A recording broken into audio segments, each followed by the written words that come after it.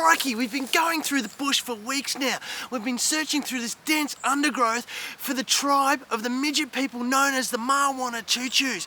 Now these are a race of midget people that used to live in this jungle many years ago. Legend has it that we can still hear the ghosts of the Maiwanachoochoo people. Here we are at the wall of the ancient village of the Maiwanachoochoos. What they would do is they'd build these little miniature walls around the village.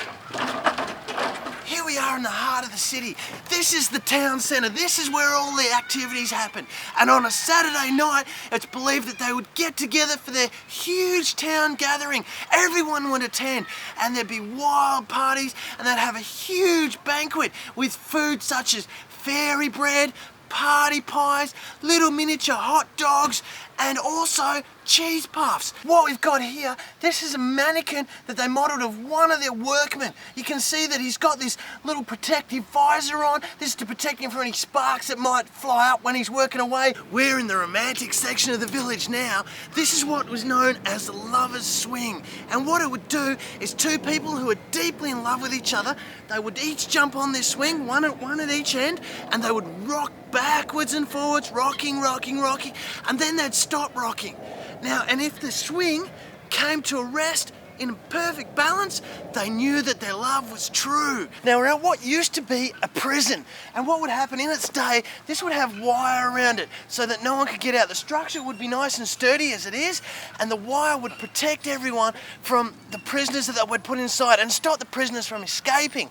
What we've got here is one of their ancient transport devices. As you can see, it's fossilised into the ground. It's stuck here so it can't move.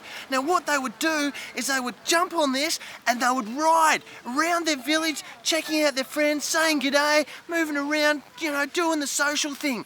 But now, as you can see, it's stuck here forever and eternity. Now the Maiwanachoochoo were very religious people, very religious, and what they would do is anything coming into the village, be it food or goods or stores, whatever, would have to be blessed. And there was a ritual where in its blessing it would be passed through every villager. Every villager had to touch whatever was coming in.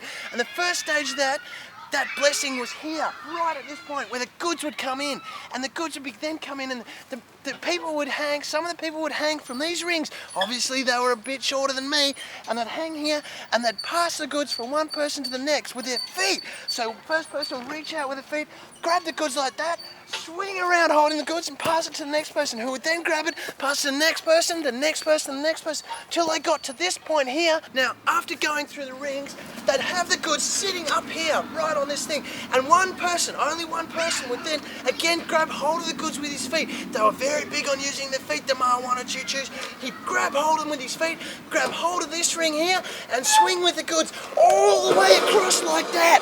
After coming across the swing, they would then lift the goods up on top of this ladder here and carry them across. They'd jump up with the goods, carrying the goods in their mouth. They'd use little ropes for the bigger goods, and then they'd crawl across, all the way across this good. And remember, they're very religious people, very deeply religious. They believed in their rituals to bless the village.